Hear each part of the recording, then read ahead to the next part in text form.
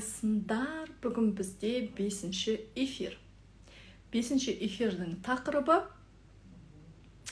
бұл өзгерту, состояние және ол өзгерісті қалай жасаймыз. Әрі бұл эфирда курс туралы айтам және прямой сатамын. Негізі менің аудиторияма да, маған да, натурама, жалпы қазаққа андай нәрсе келмейтін сияқты да. Прогресс дейміз ғой, айналдырып алып келу, бүйтіп қисалаңдату бізге келмейтін сияқты, біздің менталитетке. Так, сәлем. Ешкім ұйықтамаған ба? Ойбай. Барлықтарыңыз ояусыздар.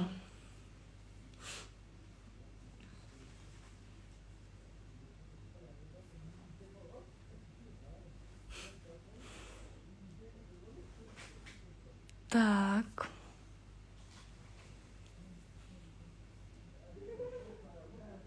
Надо қатты естілетін шығар.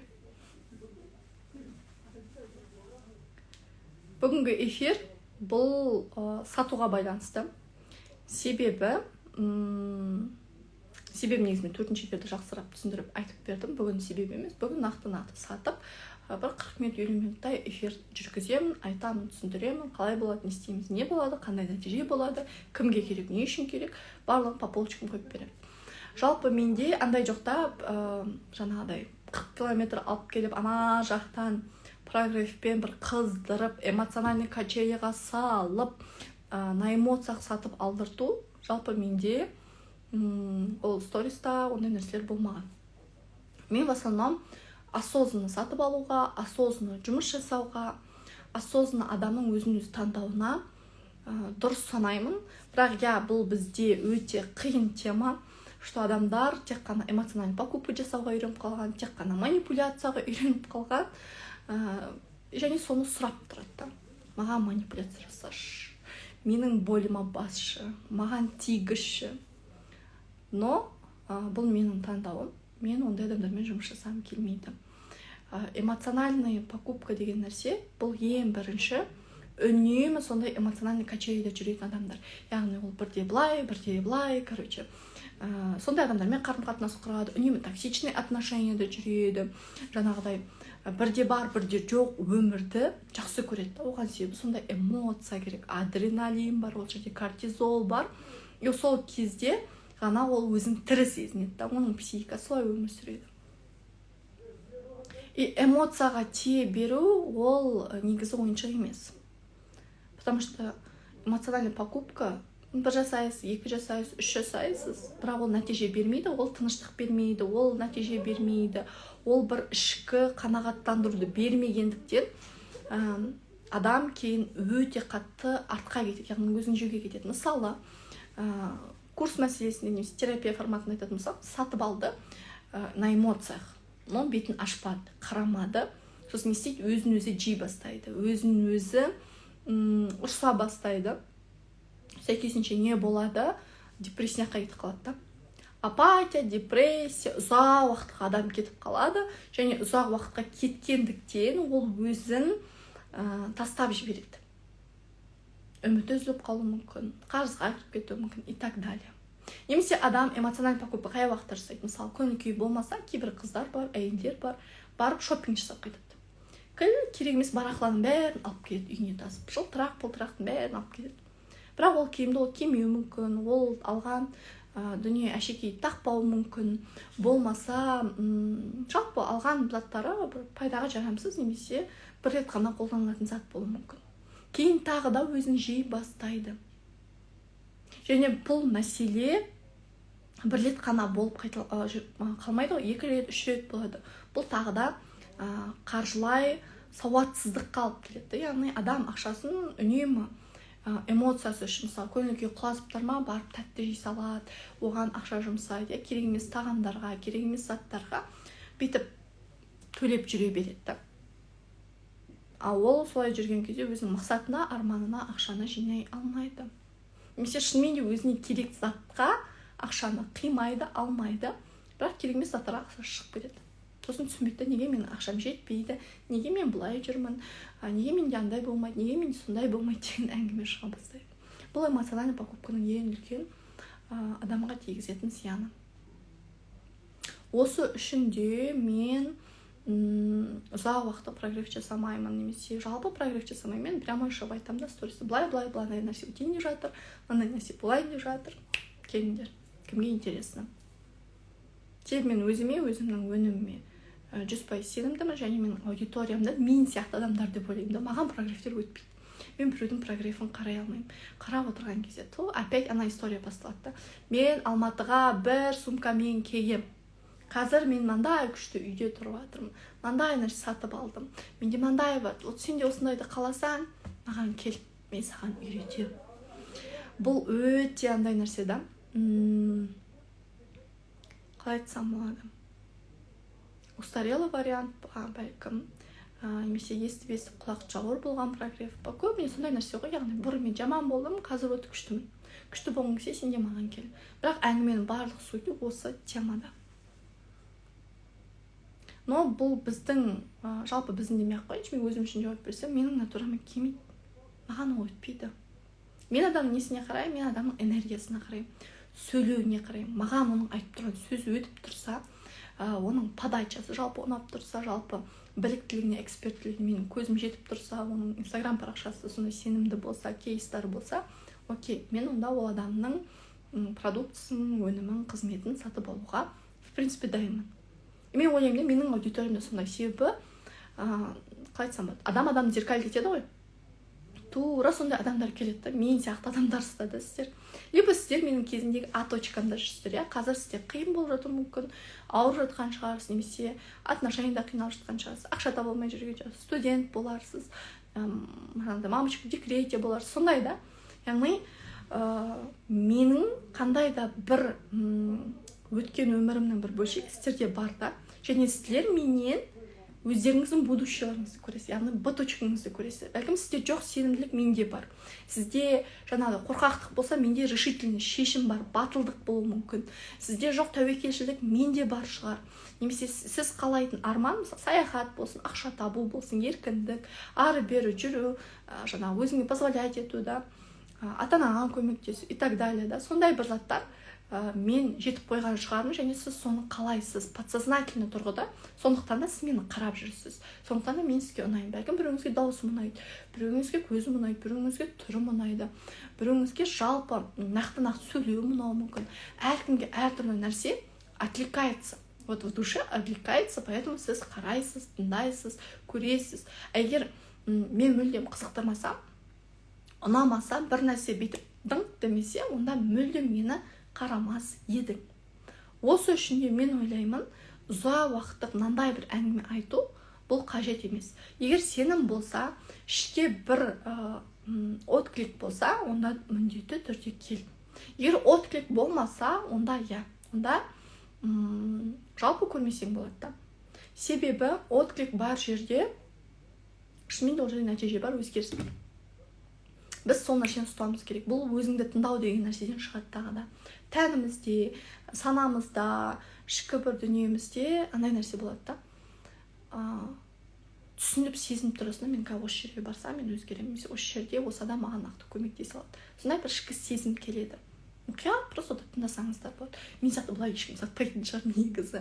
Бірақ мен осылай сатуды дұрыс көрдім. Бізде ендігі болатын нәрсені қазір ашып айтып түсіндіргім келді. Бізде состояние дейтін курс болады. Самопрограммирование десем, бұл көп адамға кішкене түсініксіз болады деп ойлап тұрмын. Сондықтан да бұл жалпы ішкі состояние көтеру, бұл квантовый скачок жасау, бұл өсу, бұл ақша, бұл жаңа деңгей. Осы үшін де мен бұл курсты жасайын деп жатырмын. Курста мыжыған сөз, артық әңгіме түк болмайды. Ол жерде нақты сіздер медитация жасайсыздар. Мен самопрограммирование жасаудың, квантовый скачок жасаудың нақты жолдарын айтып беремін. Мына бір мынаны жасайсың, мына әрекет жасайсың, осылай тапсырма беріледі. 3-4 тапсырмадан нақты, который работающий схема беріледі. Ол жерде мен мыштып отырмаймын. Одан кейінгі берілетін заттар бұл 7 ақшаға қатысты медитация және 7 отношенияға қатысты медитация болады. Ең бірінші нәрсе бастайтынымыз бұл ішкі кішкентай қызбен, ішкі кішкентай баламен қосылу, тыңдау. бұл өзімізді тыңдай алу.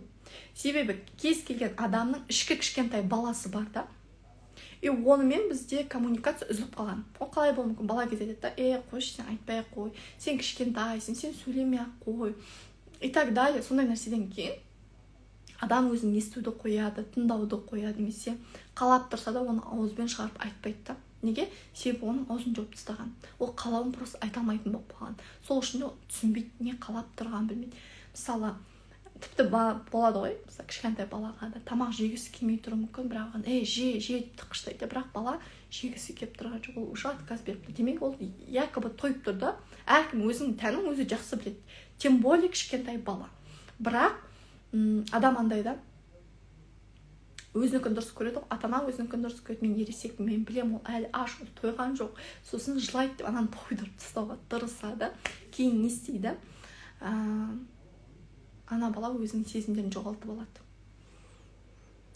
Так, тегін курстарыңыз бар ма дейді. Тегін курс болып жатыр ғой, мына эфирдің барлығы тегін ғой. И содан кейін ана ішкі тойғанын түсініп айтып тұрған баланы тыңдамағандықтан бала жабылып қалады.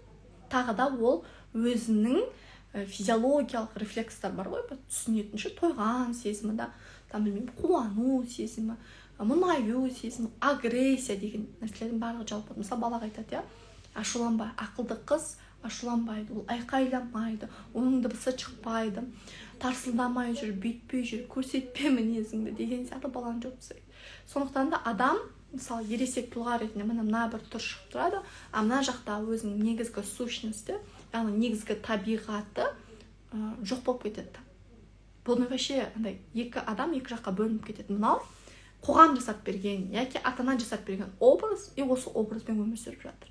Біреу жақсы қыз болып өмір сүріп жатыр, біреу послушный, яғни бұл қарсы келмейді, бұл айтқан тыңдайды, яғни тіл алғыш бала деп сөйтіп өседі. Бұл сондай жақсы бала болып өседі, послушный болып. Бізде бунтарка балалар негізі ұнатпайды. И так далее. Осындай бір образ бар, осы образбен өмір сүреді. Мынау жоқ, мына бала қоғамға шығады, мектеп бітіреді, универ бітіреді, жұмысқа тұрады. Сол кезде ол өзінің жалпы не қалайтынын білмейді. Мамасы айтты, мұғалім болып жұмыс жасап жатыр. Мамасы айтты, дәрігер болып жұмыс жасап жатыр. Бірақ ол жұмыстан ол рахаттанбайды. Вот тірі өлік состояние осы деңгейде. Адам просто өмір сүріп жатыр, бірақ не істеп жүргенін, кім үшін істеп жатқанын, мақсаты не, оның артындағы миссия не, жалпы қоғамға, адамзатқа пайдасы бар ма, оның жоқ па, білмейді, ол просто жүр. Барады жұмысқа, қайтып келеді, ақшасын алады, жүреді, қайтадан сол өмір бір жалғасын, бір сарынды бүйтіп жүре береді. И бәріміз осылай өмір сүрдік қой деп айтуы мүмкін ата-анасы. И ол адам да сөйтіп ойлайды да, это нормально, значит, менің ата-анам да осылай өмір сүрген, менің ортам да осылай өмір сүріп жатыр, значит, это нормальный өмір. По идее, адамдар ол үшін жаратылмаған. Әр адамның өзінің миссиясы бар. Әркімнің өзі жолы бар. Әркімнің өзінің негізі салып қойған, қалай айтсақ болады, қоғамға, адамзатқа беретін пайдалары бар да. Но адам өзінің жолында жүрмеген кезде, мысалы, мынау менің жолымда прямо кетіп бара жатқан. Бірақ менің негізгі жолым осы болу керек. Мен бірақ мына жақта жүрмін. Мен қазір мамамның айтқанын тыңдап отырсам, мамамның жолы негізі. Мамамның жолына шығып алғанда екеуміз бір жолда жүрміз бүйтіп. Бірақ мына жол пустой тұр. Мына жолда мен жүрсем болады, осыған түсіп алып, мен прямой смело жүрсем болады да. И сол кезде мен қиналмас едім. Маған барлығы шынымен де жеңіл, налегке, мен спокойно жүрмін. Не қай кезде адамға қиын болады, когда через не хочу жасаған кезде ұнамайтын жұмыс, ұнамайтын адаммен сөйлесу, ұнамайтын адаммен тұру да, вот ажырасу ол ұят, ол жаман, сен ешкім қабылдамайды, сен ажырасқан етін ата қаласың, балаларды асырау қиын, анау мынау. И соның кесірінен ол просто шыдап терпелу болып жүреді. Таяқ жеп жатыр, ұрып жатыр, күйеуі наркоман, игроман, ақша таппайды, әйел пахать етіп жатыр, еркек аяқ таспағын көтеріп қойып жатыр, но терпеть етіп жүреді. Осы кезде адам не үшін адамға негізі андай сынақ деп айтамыз ғой, қиындықтар беріледі, сынақтар беріледі деп айтайық. Бірақ адам оны өзі жасап алды да, ол өз жолында жүрмегендіктен оны басқа жолдарға шығарып тастайды, былайша итеріп тастайды. ары жүр, сен дұрыс жүріп жатқан жоқсың, там білмеймін, денсаулығымен алып келетін шығар, біреуді отношениямен алып кетеді, біреуді қарызға кіргізіп алып келеді, біреуді білмеймін, дос сатып кетеді, бір нәрсе істеп кетеді, біреу подставлять етеді. Сол арқылы ана өзінің жолына келу үшін оған сондай қиындық сияқты өзі жасап алады да, негізі оны өзі сұрап алған заты ол. Сол келген кезде ғана адам өзін өзі іздей бастайды, жұмыс жасайды, потенциалын ашады. Мысалы, қарызға кіріп кеткен адам, ол яғни потенциалын ашады, яғни оның жасап жатқан нәрсесі ол жолда емес, ол басқа жолда жасау керек еді да. Солай жүріп, ол өзінің өміріне, өзінің тағдырына, өзінің жолына келуі мүмкін. Бұл негізі андай, ойбай, сынақ, мен білмеймін, Аллахтың қаһарына ұшыраған, мен жақсы көрмейді деген нәрсе емес. Сені жақсы көргендіктен, сені соншалық мейіріммен қалағандықтан, негізі ол сен үшін ең оптимальный айтады ғой, көтере алатын сынақты ғана береді деп ше. Сен көтере алатындай, сен шеше алатындай жағдайдағы мәселені беріп, сені өзіңнің рөліңе, өзіңнің орныңа, өзіңнің миссияңа алып келеді. Және бұл ең қайырлысы. Осы үшін өтеді, әр заттан қайыр іздеңдер дейді. Сондықтан да проблема, қиындық болып жатқан кезде қуып кетіп, депрессияк болып, ішіп кетіп, шегіп кетіп жатып қалуға болмайды. Оның шығатын есігі бар да. Просто сен өзіңнің жолыңда, өзіңнің жасауың керек істе жүрген жоқсың, сен лағып жүрсің. Өз жолыңа келу керексің. Осы нәрсені біз именно состояние курсын жасаймыз да. Сен қуып бара жатқан жеріңе сол медитация арқылы, тыңдау арқылы өзіңнің ішіндегі болып жатқан нәрсені шығарасың. Вот ішкі кішкентай балаңмен қосылып ашыласың. Жігіттен жолым болмайды дейді. Мәселе жігіттен жолым болмайды емес, андай ғой бұл. Қазір отношение тақырыбына келетін болсақ, бұл больше мәселе жігіттерде, мәселе сыртқы қоғамда, мәселе ақшада емес, мәселе ішіңізде. Яки сізде жігітке қатысты түрлі установка бар, жігіттерді қабылдауға байланысты, немесе оның образдарына байланысты. Сәйкесінше, сіз қалағандай адамдар, сіз андай адамдар, мен негізі өзім күштімін, белый, пушистымын, но маған бір білмеймін қайдағы жоқ жігіттер келеді. Это невозможно. Партнер — это точно сіздің зеркалыңыз. Сіз қандайсыз, тура сондай адам жолығады да. Бұл эгоға өте қиын, мен мойындағым келмейді. Қалай мен ондай емеспін ғой, ойбай, Құдай сақтасын. Маған осындай білмей алқаш күйеуді беріп тұр екен. Маған бір наркоманды беріп тұр екен. Маған бір игроманды беріп, бабникті беріп тұр екен. Как это? Мен ондай емеспін ғой, я же правильная.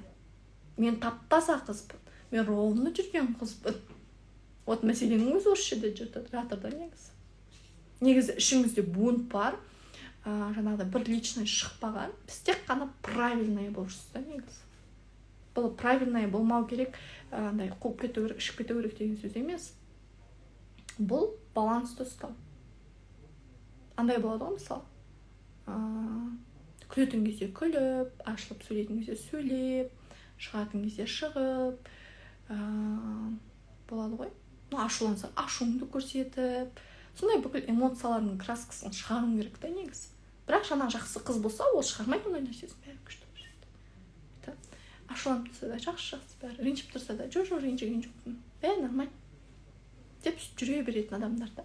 Ал оған сондай бір бестолковый партнерді алып келеді да. Білмеймін, аузына келгенді оттайтын, боқтайтын, безберекетсіз сөйлейтін, андай болады ғой адам. Бестактный да. Мынау правильный болса, ана жігіт сондай бестактный болып келеді да. И он показывает то, что сен көрсете алмайтын чувстволарды, әрекеттерді ол жасайды. Он себе позволяет это. А ты не можешь себе позволить. Сен терпела болып отырасың, жертва вообще. Ол сондай жалмауыз. Неге маған сондай жігіттер жолығады? Мен жақсымын ғой. Әңгіме жоқ. Бәлкім сен жақсы болуың мүмкін шынымен де. Но сенің ограничениең, ішкі убежденияларың партнер арқылы көрінеді. Мәселе жігіттерде емес. Бір жақты бағалауды қою керек сияқты. Жігіттердің бәрі жаман, олар андай, олар мындай деудің қажеті жоқ. Также олар күшті, олар андай, тоже идеализировать етіп розовый очки киіп алудың қажеті жоқ. Адамдар әртүрлі бола алады. Бірақ мен қандаймын, маған сәйкесінше сондай адам жолығады. Бұны мен өзімде айттым ғой, 500 жігітпен, даже 500 емес, уже 600-ге жуық жігітпен мен кездесу жасап, свидание жасап көрген адам. Я знаю, каждый свиданиеда я была разная. Мен ішкі состояние әртүрлі. Біреуіне мен нервланып бару мүмкін, біреуіне мен қуанып бару мүмкін. Сондай бір әртүрлі кезеңдерде, әртүрлі бір ситуация. Мысалы, бір кезде менің ішкі состояние, менің өмір сүру деңгейім күшті болуы мүмкін, сәйкесінше ер азамат сондай күшті болып келіп қалады да.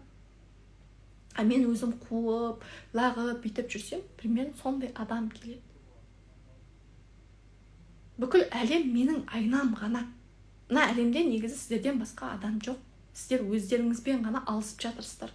Айтады ғой мен, анаға ренжіп қалдым, ананы жек көремін, мынау раздражает, мынау мынандай деп, андай әрбір жаққа эмоцияларыңызды қарасаңыздар, это про вас. Ана адам туралы емес. Мысалы, бір адамды біз әртүрлі танымыз. Мысалы, сіздер мені осылай көрулеріңіз мүмкін, бірақ мен біреу үшін жай ғана құрбы, әңгіме айтатын Фаризам, біреу үшін әпкемін, біреу үшін қызбын да. Бірақ әрқайсымен әртүрлі. Біреу үшін мен добрая душамын, біреу үшін мен білмеймін, бунтаркамын, айқайлап сөйлейтін, қуатын, боқтайтын қызбын да. Біреу үшін тіптен басқашамын да. Менен асқан жұмсақ адам жоқ біреуге. Біреуге менен асқан қатты адам, қатал адам жоқ та. Әркім әртүрлі жақтан көреді, әркім әртүрлі өзінің проекциясына қарайды. Даже олар мен туралы ойын айтқан жоқ, олар өздері туралы айтып жатыр. Так. Пайдаланып кетпесін деп қорқамын дейді. 6 жыл жүріп айырылысқам, сосын сене алмаймын дейді. Мен де 6 жыл жүріп айырылысқам. Это нормально. Айттым ғой, даже каждый оқырман, это менің өмірімнің қандай да бір нәрселері бар да. Біреумен отношениеде ұқсастық бар, біреумен ақшада, біреумен отбасыда, біреумен оқуда, біреумен мамандықта, біреумен ұбт-ның бір кезінде. Әйтеуір өмірімнің әрбір сәтіндегі бір үзінді қимылар сіздердің бойларыңызда бар да. Және ол сол болғандықтан ғана сіздер мені қарайсыздар. Сондықтан да мен сіздерге отвлекаться етемін. А так сіздер мені қарамас едіңіз. Подсознательно мы друг друга чувствуем ментально. Потому что бізде бір связка бар да. Ұқсайтын бір нейронный байланыстар бар, және олар тартылады. Сол үшін сізге адам симпатичный болып көрінеді.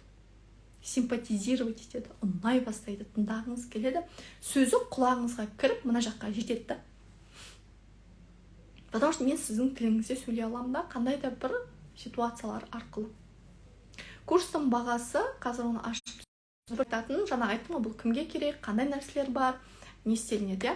Бұл жердегі жұмыс ішкі состояниялармен жұмыс, ішкі сезімдермен жұмыс. Мен бүкіл терапияларда, бүкіл курстарымда айтатын ең біріншісі, бұл ішкі менің күйім. Менің ішім қандай болса, сыртқы әлем сондай. Менің ішім пустой ма, сыртым пустой. Менің ішім толып тұрса, менің сыртымда толады. Толады, неге толады? Досқа да, ақшаға да, байлыққа да, мүмкіндіктерге толады. Ал біз ішіміз пустой болғанда не істейміз? Біз сырттан іздейміз ғой.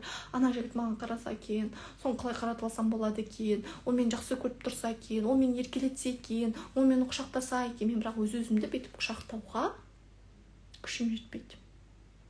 Мен сырттан жылуды іздеп тұрамын. Ішім бос, өзіме өзім сол жылуды, сол махаббатты бере алмаймын. Ақша да сондай да, ішім бос, сәйкесінше мен сырттан ақша күтемін. Маған мамам көмектессе екен, маған ана жігіт ақша берсе екен, маған бір бай жігіт жоғып қалса екен, мен бір бай адамға тұрмысқа шығып кетсем екен. Лишь бы мен бір нәрсе жасамай қойыншы. Но егер мен ішім пустой болмаса, мен ішімде бір нәрсе болатын болса, сол ақшаға қатысты. Қалтаңда 0 бола берсін, бірақ ішіңдегі ақша, ішіңдегі байлық, изобилие көп болса, ол мына жаққа толып, ол бәрі сыртқа шығады. Любой нәрсе зеркалит етеді мына әлемде. Сіз қазір қай деңгейдесіз? Просто өмірлеріңіздің бәрі сәтін қарап көріңіз. Сіздер де соны байқай аласыздар да. Кейбір моменттерде болады, өзіңіз толып, жарқырап, қуанып, бақытты болып жүрсеңіз, айналаңыздан күліп бақытты көре бастайсыз. Бәрі удовольствие бере бастайды. Каждый адамдар күшті, барлық танысқан адамдар күшті болып кетеді. Когда ішіңіз пустота болған кезде, немесе бір депрессияк, бір қиналып, жылап, страдать етіп жүрген кезде, айналаның бәрі тоже сондай болады. Анау мынандай, мынау мынандай, бір негативтарды ғана көресіз. Потому что іш сондай да. И бұл курста осы тек қана состояние әңгімесі, және біз состояниемен жұмыс жасаймыз. Себебі ішкі состояние ғана бізге самопрограммирование жасауға мүмкіндік береді. Мен миымды программалай аламын. Негативті адамды жақсылыққа, қуанышқа программалау мүмкін емес. Мысалы, қарапайым үлкескен адамды айтайықшы, мысалы, сен байып кете аласың, адам күшті болып кете аласың десе, қумаш дейді. Мына лаха трон деген әңгімені айта бастайды. Неге? Потому что ол сенбейді. Ол өзіне де, ол әлемге де, ол Аллаға да сенбейді. Оның басында қатып қалған нәрсесі бар да. Мен тек қана 100 мың теңге айлыққа жұмыс жасаймын. Менің 3 миллион кредитім бар. Мен ай сайын соны төлеуім керек. Мен бала шағам бар. Бұл мен бұдан артық, яғни перспектива развития событияны көрмейді. Және ол өзінің шеңберімен, ойлау шеңберімен әлемді шектеп тастағанда, ол Аллах бар екен, ше ұмытып кеткен. Аллах 18 мың ғалам жаратқан кезде саған бар әлемнің байлығын деп төге салуы вообще қиын емес. Реально, басыңа жынды идея беруі, адамдарды жіберуі, мүмкіндіктерді ұсыну проблема емес. Бұны мен неге айтып жатырмын, өзіме өткізгеннен кейін айтып жатырмын да. Аллаға жоқтан бар жасау проблема емес, потому что бізде жоқтан болып жаратылғанбызда әуел баста істер мынандай да емес та, ол настолько кішкентай ұрықта адам шығарып тұрғаннан кейін қалай сәмен ұстауға болатынын білмеймін. Сіз өмірде әдемісімен барып қатысқан дейді, күшті, даусың жағымда, істеріңіз түсінікті дейді. Дейін бе? Дейді бетейін бе? Рахмет. Осындай зат бар да. Яғни адам ең бірінші ескеретін зат сыртқы әлем емес, сыртқы факторлар емес, өзі және өзінен бөлек Алланың бар екенін ұмытпау. Бұны еске салу үшін состояние курсында мен не істеймін? Тағы да медитация істейміз. Жүректегі сенімді ашу дейтін өте күшті медитация болады. Бұл медитация мен әлі бірде-бірін жазған жоқпын.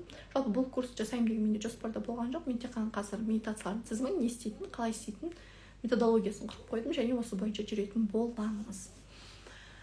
Жүректегі сенімді ашпайынша, Аллаға сенбейінше, яғни тіл жүзінде ғана емес, мына жақпен емес, полностью тәніңізбен, жаныңызбен, санаңызбен үндесе отырып Аллаға табынған кезде, бойын ұсынған кезде ғана өміріңізде шынымен чудолар басталады. Чудо өмірде болады, ол бола алады. Бұрын мен сондайлармен болмайды чудо деп айтатындан бірі едім. Енді соңғы жыл категорически менің де сознаниямды, өмірімді, өте көп нәрсені бастан аяқ түбегейлі құндылықтарын өзгеріп тастағаннан кейін мен бұл туралы сенімді айта аламын. Чудо өмірде бар. Бірақ чудо жасау үшін сіз ашылу керексіз. Сіз бір қадам жасасаңыз, айтады ғой, Аллаға сен бір қадам жасасаң, Аллах саған 10 қадам жасайды. Сен жүрсең, Аллах саған қарай жүгіреді. Сен қолдан берсең, Аллах саған шындықтан береді дейді. Сондықтан да сіз әрекет жасамасаңыз, ол келмейді. Просто қарап тұрып, жылап жүре беретін болсаңыз болмайды. Даже дұғада ол әрекет. Күнде тахаджудқа тұрып сұрау әрекет. Истихара оқу әрекет. Амалда. Осы состояние курсында біз полностью тек қана медитациялармен жұмыс жасаймыз. Мылжыған көп нәрселер мен ол жақта бермеймін. Өте жинақы, өте нақты, сондай форматта өтеді. Енді баға жағын айтып кетейік. Стандарт пакет бар, яғни өзіңіз жасайсыз. Барлық нәрсе доступ беріледі, өзіңіз тыңдайсыз.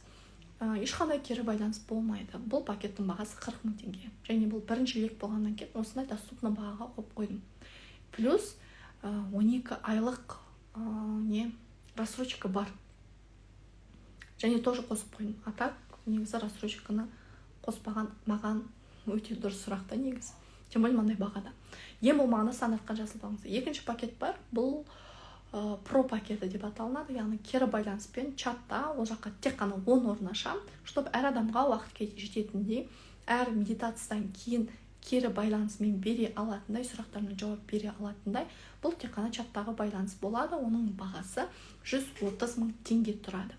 Енді үшінші тариф бар. Бұл жақта VIP пакет, яғни жеке жұмыс болады. Арнайы консультациялар өткізіледі, талдау болады, және бұл жақта жеке мен ол кісінің состояниясын, ішінде болып жатқан мәселені талдап беремін. Оның бағасы 220 мың теңге. Бұл менің прайсымдағы ең төменгі бағалар.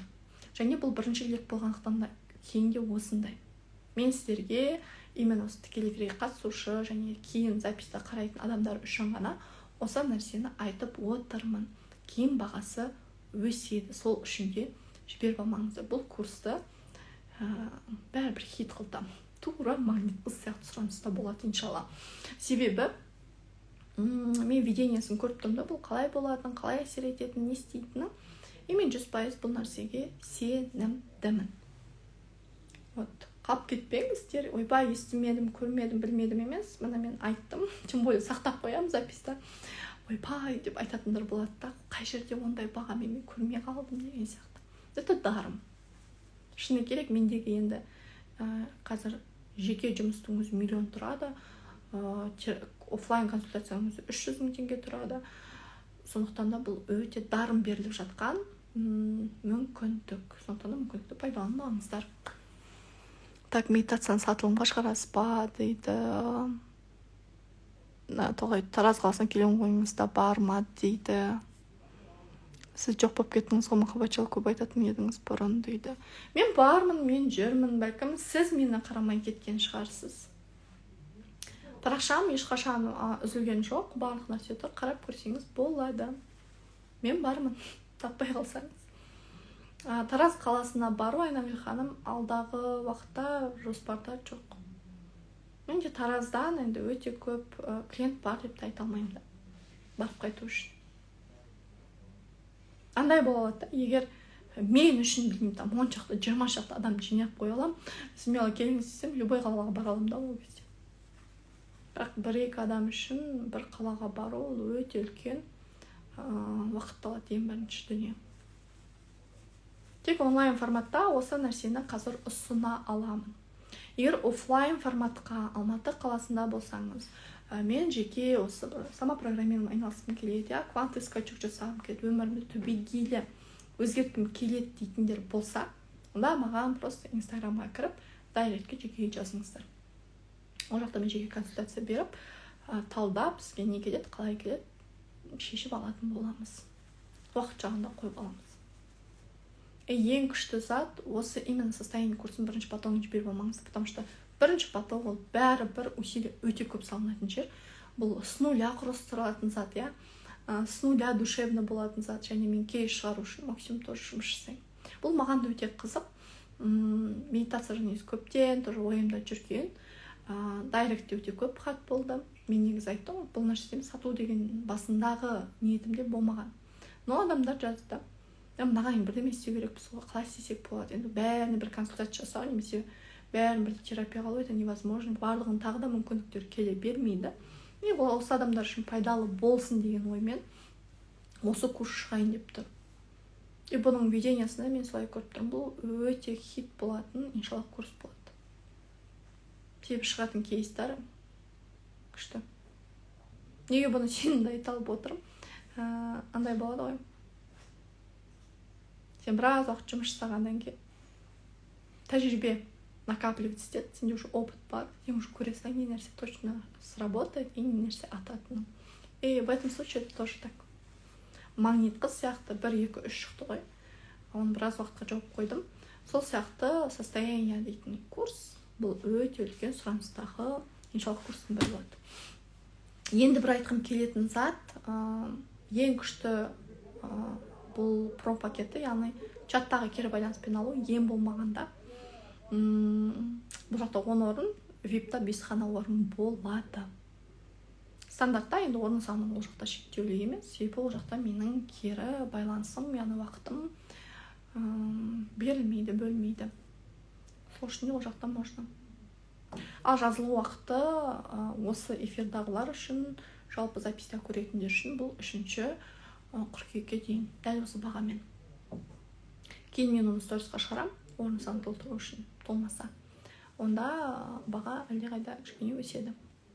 Сондықтан пайдаланамыз. Офлайн қатысу қанша екен дейді. Офлайнға бірінші жазыңыз, консультация жасайық. Мен сізді бірінші алам ба, алмайым ба, соны көреміз. Сенің жалпы болған күйің өз жағдайың жете ма. Себебі адамды алуда проблема жоқ. Но кей адамдар бар да, ол нәрсе ол дайын емес болуы мүмкін. Ол өзгеріске дайын емес адам болуы мүмкін. Өзгеріске дайын емес адамды алып кеп жұлқылап давай өзгер деп айту ол өте көп энергия күшті алады. Дайын адамдар болады да, типа сұрақ жоқ, резко тез жасайды. Мысалы менде соңғыда оқыған қыздар, коучингте оқыған қыздар, терапияда болған қыздар, консультация келіп жүрген қыздар именно сондай болды да, четко. Бүгін тапсырма айтылды, келесі күні уже орындалып тұрады да, ол уже ол мандай деген пункттармен бөліседі және кері байланысын береді, сұрақтарын қояды, шыққан сезіммен бөліседі. Оған ондай усилие кетпейді да. Артынан қақылдамайсың да, қашан орындайсың. Сен ақша алғаннан кейін оның нәтижесін шығару міндет қой. Мен оның жауапкершілігін алып, мен оның ақысына кіріп кетпес үшін жасалыну керек әрекет та. А когда адам дайын емес кезде, то оны түртпектеп, сілкілеп, это невозможно. Сондықтан да офлайнға таза дайын адам керек маған. Офлайн жалпы кездесу болады, Алматы қаласынан болсаңыздар 3 қыркүйек осы жексенбі күні топтық кездесу болады. Оның бағасы 15 000 теңге. Ол өте қолжетімді. Сондықтан да сол жаққа келсеңіздер болады. Осы бүгінгі жалпы бөліскім келген ақпарат және андай ғой, ең бірінші айтқым келетін зат, өзіңе дамыту, ең бірінші эфирде айтқанымдай, бұл өзіңмен өлгенше жұмыс. Бұл андай бір жасап қоя салатын зат емес. Сен медитация жасап алгоритмін аласыздар, түсінесіздер, қалай жасайсыздар, ішкі состояниеңізді реттейсіздер, және сол состояниені қалай поддерживать етуге болады. Қалай соны курс біткеннен кейін құлап қалатын, соғып қалатын жағдайлар болады ғой. Мысалы, жақын күндері тоже бірнеше хат келді да сондай. Мен де бәленбай курстарды өттім, бірақ курс кезінде күшті болып жүремін, ақшасын табам, бәрін істеймін, бірақ курс біткеннен бітті. Ондай болмас үшін мен сіздің состояниеңізді тұрақтандырып отыратындай, қандай әрекеттерді жасау керек, не істеу керек, қалай өз-өзіңізді қолға аласыз, қалай өз-өзіңізді реттейсіз, соның барлығын по полочкам осы жақта беретін боламын. Жалпы менің жеке тәжірибемде болған зат, мысалы менен курс өткендер, консультация өткендер, в основном олар менің артымнан ойбай Фариза деп жүгіріп жүрмейді. А көп эксперттердің, психологтардың жасайтын нәрсесі, ол өзіне тәуелді етіп қойған. Бір курс алды ма, ол адам 10 курсты сатып алатындай тәуелді етіп қояды. Бұл менде бұндай махинация жоқ. Жаңа айтқандай, маған осознанность керек. Және ең бірінші мен психологияны оқыған кезде, мен өз ұстаздарыма да сондай серт уәде бергенмін. Яғни мен адамзаттың пайдасына жұмыс жасаймын. Ақшаға емес, немесе өзіңнің жеке пайдама емес, адамдарды шынымен өзгерту үшін, осознанностьқа алып келу үшін, өмір сүрулерін жеңілдету үшін, қиындату үшін емес. Маман таңдаған кезде осы нәрсеге қараңыздар. Егер ол бір курсынан екінші курсынан жазып, ары-бері сөйлей беретін болса, немесе ары-бері айналдыра беретін болса, ол жерде больше ақша және маркетингтік махинация жатырда болды. Өзгеретін адам, либо сізді өзгертетін адам бір себепшілік жасар, жаңа уровеньге шығарады. Мысалы, менен өткеннен кейін көп қыздар маған қайта айналып келмейтіндей етемін да мен. Неге? Себебі олар өсу керек. Өттің ба, мына жерден өзгеріп, нәтижесін шығарып, сен менен емес, менен де мықты мамандар, ол точно бар нарықта. Оған мен қызық емес болып қалатындай, настойка оған өзімдегі барды беріп тастаймын да мен. Что ол дальше өсу үшін? Бір адамға тәуелді болып жүру, ол рост емес негізі. Рост, когда сен бір емес бірнеше менторың болады, бір емес бірнеше психологың болады. Сен бір адамды қарайсың, өтесің, содан екінші круг бет айналып жүрген сияқты ғой. Мысалы, сіз 20-да болсаңыз, всю жизнь 20-да болмайсыз, 20-да, 21, 22, артқа емес, алға кетесіз ғой. Это очень важно. И бұны мойындау керек. Тек қана мен мықтымын, мен номер 1, маған ғана келсін, мені ғана жақсы көрсін. Нет, так не работает. Осындай зат. Адресқа магнит құсыр қайтадан ашу ойыңызда бар ма дейді. Сізді қай қыздар өсеттеп жүр, осы тәтенің эфирінде отырып алып дейді. Білмеймін мен енді. Қарамайды екем. Хабарым жоқ.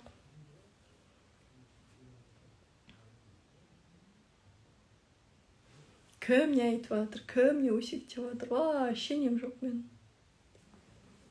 Менің кішкентай блогым мен білмеймін, мені өсектейтіндей емес ол. Магнит қыз 3.0 әзірге болмайтын шығар. Ал офлайнға жазылатын болсаңыз, бірінші неге жазыңыз, дайректке жазыңыз, сол кезде айтам. Орның, уақытын. Осылай, сұрақ бар ма бұған қатысты? Сұрақтарыңыз болса жазсаңыздар, болмаса эфирді жауып ұйықтайық. Халқым.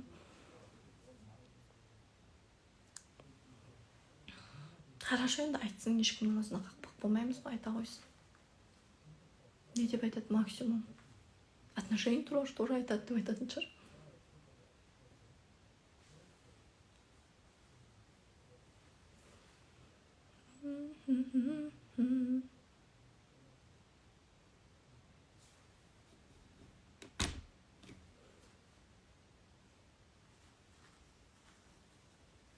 Сұрақ бар ма курсқа қатысты?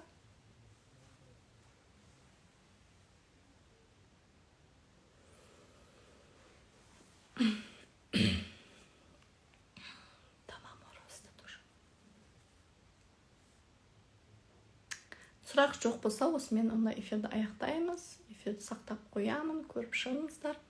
И курс бойынша прямой директке жазсаңыздар болады. Ең бір қызық нәрсе, тағы бір айтқым келіп тұрған зат, бұл өсу, өзгеріс қиын зат емес. Бұны қиындатпаңыздар. Ойбай, өзгеру қиын, оған қанша уақыт керек, оғанда невозможно, адам бір айда өзгермейді, ол бір медитацияда не болады, анау істе ма, мынау бүйте ма, нет. Аллах қаласа, сіздің шынымен ниетіңізде болса, любой жерден сізді өзгеріп жүреді. Бір ай емес, бір күнде жасап тастауыңыз мүмкін да. Бірақ күнде өміріңізді бүйтіп айналдырып төңкеріп тастай алатын Аллахтың күші жетеді оған. Мен осы үшін айтамын да, квантовый скачокта, самопрограммированиеда сіз 20 жыл бойы, 10 жыл бойы жасамаған дүниеңізді 10 күнде жасап, сондай өзгерісті көтеріп тастауыңыз мүмкін. Тек қана бұған ішкі дайындық керек, бұл энергия.